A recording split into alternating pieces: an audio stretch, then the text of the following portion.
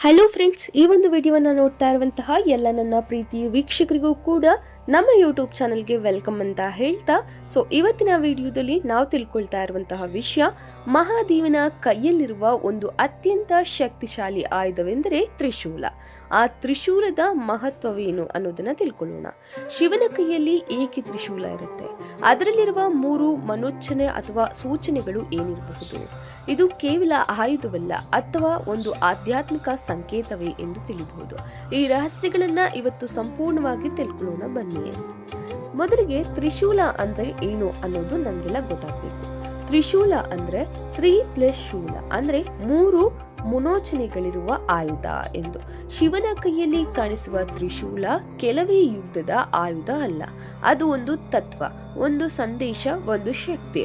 ಶಿವನ ಪ್ರತಿಯೊಂದು ಆಯುಧವು ಮಾನವನ ಜೀವನಕ್ಕೆ ಪಾಠ ಹೇಳುತ್ತದೆ. ಅದರಲ್ಲೂ ತ್ರಿಶೂಲ ಅನ್ನೋದು ಅತ್ಯಂತ ಮಹತ್ವವಾದದ್ದು.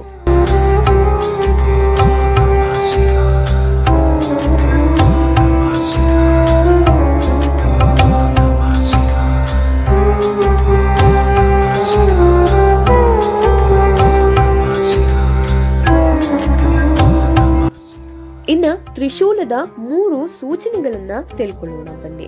ತ್ರಿಶೂಲದ 3 ಸೂಚನೆಗಳು ಅಥವಾ ಸಂಕೇತಗಳು, ತತ್ವಗಳು ಏನನ್ನ ಸೂಚಿಸುತ್ತೆ ಅಂತ ನೋಡೋಣ. ಸೃಷ್ಟಿ, ಸ್ಥಿತಿ, ಲಯ ಅಂದ್ರೆ ಬ್ರಹ್ಮನ ಸೃಷ್ಟಿ ಶಕ್ತಿ, ವಿಷ್ಣುವಿನ ರಕ್ಷಣಾ ಶಕ್ತಿ, ಶಿವನ ಸಂಹಾರ ಶಕ್ತಿ. ಮತ್ತೊಂದು ಅರ್ಥವೇನೆಂದ್ರೆ ಸತ್ಯ, ರಜಸ್ಸು, ತಮಸ್ಸು ಮಾನವನ ಗುಣಗಳು. ಮತ್ತೊಂದು ಅರ್ಥ ಭೂತ, ಭವಿಷ್ಯ, ವರ್ತಮಾನ ಅಂದರೆ ಶಿವನ ಕಾಲಕ್ಕೂ ಮೀರಿ ಇರುವ ದೇವರು. ಹಾಗಾಗಿ ಭೂತ, ವರ್ತಮಾನ ಹಾಗೂ ಭವಿಷ್ಯ. ಇದರ ಸಾರಾಂಶ, ತ್ರಿಶೂಲ ಸಂಪೂರ್ಣವಾಗಿ ಬ್ರಹ್ಮಾಂಡದ ನಿಯಂತ್ರಣವನ್ನ ಹೊಂದಿದೆ ಎಂದು ಹೇಳಬಹುದು. ಇನ್ನು ಶಿವನ ಕೈಯಲ್ಲಿ ತ್ರಿಶೂಲ ಏಕೆ ಇದೆ ಅನ್ನೋದನ್ನ ತಿಳ್ಕೊಳ್ಳೋಣ ಬನ್ನಿ. ಶಿವನು ಯೋಗಿ, ಅವನು ತಪ್ಪಿಸ್ತ, ಅದರಲ್ಲೂ ಕೈಯಲ್ಲಿ ಆಯುಧ ಏಕೆ? ಅದರ ಅರ್ಥ, ಶಿವನು ಶಾಂತಿಯ ದೇವರು ಮಾತ್ರ ಅಲ್ಲ, ಅವನು ಅಧರ್ಮದ ವಿರುದ್ಧ ನಿಲ್ಲುವ ದೇವರು ಕೂಡ ಹೌದು. ತ್ರಿಶೂಲ ಎಂದರೆ ಅಜ್ಞಾನ ನಾಶ, ಅಹಂಕಾರ ನಾಶ, ದುಷ್ಟಶಕ್ತಿ ನಾಶ. ಶಿವನು ತ್ರಿಶೂಲ ಹಿಡಿದುದು ನ್ಯಾಯಕ್ಕಾಗಿ ಅಗತ್ಯ ಎನ್ನುವ ಸಂದೇಶ ತಿಳಿಸಲು. ತ್ರಿಶೂಲ ಮತ್ತು ಡಮರು. ಶಿವನು ತ್ರಿಶೂಲದ ಜೊತೆಗೆ ನಾವು ಯಾವಾಗಲೂ ಡಮರು ಕೂಡ ನೋಡ್ತೇವೆ. ಡಮರು ಶಬ್ದದ ಸಂಕೇತ, ತ್ರಿಶೂಲ ಶಕ್ತಿಯ ಸಂಕೇತ. ಶಿವನ ಕೈಯಲ್ಲಿ ಶಬ್ದ ಮತ್ತು ಶಕ್ತಿ ಎರಡೂ ಒಂದೇ. ಅದರಿಂದಲೇ ಸಂಸ್ಕೃತ ಭಾಷೆಯ ಧ್ವನಿಗಳು ಡಮರು ಶಬ್ದದಿಂದ ಹುಟ್ಟಿದವು ಎಂದು ಶಾಸ್ತ್ರಗಳು ಹೇಳುತ್ತವೆ. ಇದರ ಅರ್ಥ, ಶಿವನು ಸೃಷ್ಟಿಯ ಮೂಲವು, ಸಂಹಾರದ ಮೂಲವು ಎಂದು ಹೇಳಬಹುದು. ಇನ್ನು ತ್ರಿಶೂಲದಿಂದ ಮಾಡಿದ ಅದ್ಭುತ ಕಾರ್ಯಗಳೇನು ಅಂತ ನೋಡೋಣ. ಪುರಾಣಗಳಲ್ಲಿ ಶಿವನ ತ್ರಿಶೂಲದಿಂದ ನಡೆದ ಅದ್ಭುತ ಘಟನೆಗಳು ಇದೆ. ಅಂಧಕಾರಿಸುವ ವಧೆ, ತ್ರಿಪುರಾಸುರ ಸಂಹಾರ, ದುಷ್ಟ ಶಕ್ತಿಗಳ ನಾಶ. ತ್ರಿಶೂಲ ಕೇವಲ ಆಯುಧ ಅಲ್ಲ, ಅದು ಧರ್ಮದ ಸಾಧನ. ಶಿವನು ತ್ರಿಶೂಲ ಬಳಸಿದ್ದು ಯುದ್ಧಕ್ಕಾಗಿ ಅಲ್ಲ, ನ್ಯಾಯ ಸಂಪಾದನೆಗಾಗಿ. ಆಧ್ಯಾತ್ಮಿಕ ಅರ್ಥ. ಇನ್ನ ತ್ರಿಶೂಲ ಮತ್ತು ಭಯ, ಇದರ ಬಗ್ಗೆ ತಿಳ್ಕೊಳ್ಳೋಣ ಬನ್ನಿ. ಜನರು ತ್ರಿಶೂಲ ನೋಡಿದರೆ ಭಯ ಪಡ್ತಾರೆ, ಆದ್ರೆ ತ್ರಿಶೂಲ ಭಯದ ಸಂಕೇತ ಅಲ್ಲ, ಅದು ರಕ್ಷಣೆಯ ಸಂಕೇತ.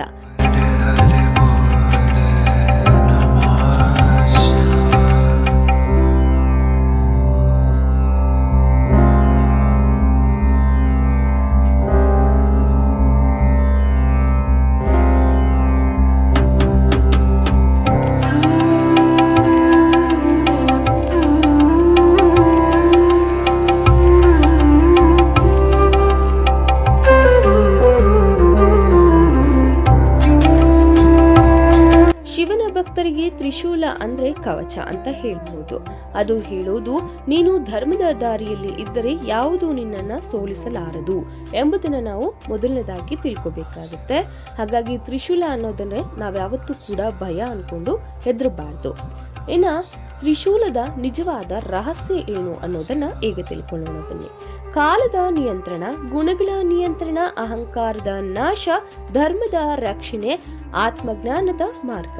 ಶಿವನ ಕೈಯಲ್ಲಿರುವ ತ್ರಿಶೂಲ ನಮ್ಗೆ ಹೇಳೋ ಪಾಠ ಏನಪ್ಪಾ ಅಂದ್ರೆ, ಶಕ್ತಿ ಮತ್ತು ಜ್ಞಾನ ಎರಡೂ ಕೂಡ ನಮ್ಗೆ ಬೇಕಾಗುತ್ತೆ. ಅದಕ್ಕೆ ಶಿವನು ಯೋಗಿಯೂ ಹೌದು, ಯೋಧನು ಕೂಡ ಹೌದು. ವೀಕ್ಷಕರೇ, ಶಿವನ ತ್ರಿಶೂಲದ ಹಿಂದೆ ಇರುವ ರಹಸ್ಯ ನಿಮ್ಗೆ ಇಷ್ಟವಾದರೆ ವಿಡಿಯೋಗೆ ಲೈಕ್ ಮಾಡಿ, ಹಾಗೆ ನಿಮ್ಮ ಭಕ್ತರಿಗೂ ಶಿವನ ಭಕ್ತರಿಗೂ ಕೂಡ ಇದನ್ನ ಶೇರ್ ಮಾಡಿ. ನಮ್ಮ ಯೂಟ್ಯೂಬ್ ಚಾನೆಲ್ನ ಇನ್ನೂ ಸಬ್ಸ್ಕ್ರೈಬ್ ಮಾಡಿಲ್ಲ ಅಂದರೆ ಈಗಲೇ ಸಬ್ಸ್ಕ್ರೈಬ್ ಮಾಡ್ಕೊಳ್ಳಿ. ನಿಮ್ಮ ಜೀವನದಲ್ಲಿ ಶಿವನ ತ್ರಿಶೂಲದ ರಕ್ಷಣೆ ಸದಾ ಇರಲಿ. ಓಂ ನಮಃ ಶಿವಾಯ. ಇದುವರೆಗೂ ನಮ್ಮ ವಿಡಿಯೋವನ್ನು ಕೊನೆಯವರೆಗೂ ತಾಳ್ಮೆಯಿಂದ ವೀಕ್ಷಣೆ ಮಾಡಿದ್ದಕ್ಕಾಗಿ, ನಿಮ್ಮ ಪ್ರೀತಿಗಾಗಿ